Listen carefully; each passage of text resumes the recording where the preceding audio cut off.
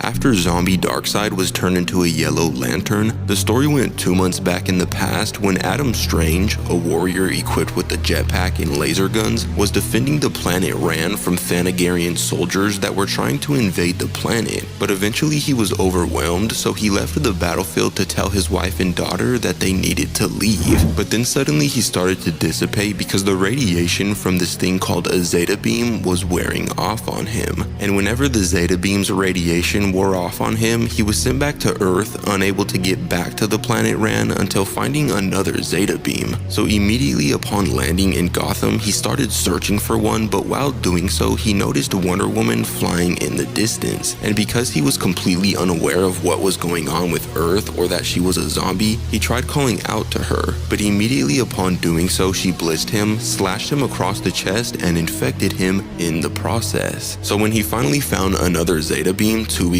later to go back to the planet Rann, his family thought he was there to save them, but he was now a part of the anti-life, so instead of doing that, he infected them and every single Thanagarian soldier in the process. A few days later, inside of an alien bar, an officer stepped inside, asking if there were any fearless and noble warriors around that could help prevent the end of the universe. One person responded, and one person only, a mysterious figure on a bar stool asking how much the job paid, but the officer wasn't interested in his help, expressing that he clearly wasn't noble. The entire bar went silent after that because insulting Lobo is exactly what you don't want to do.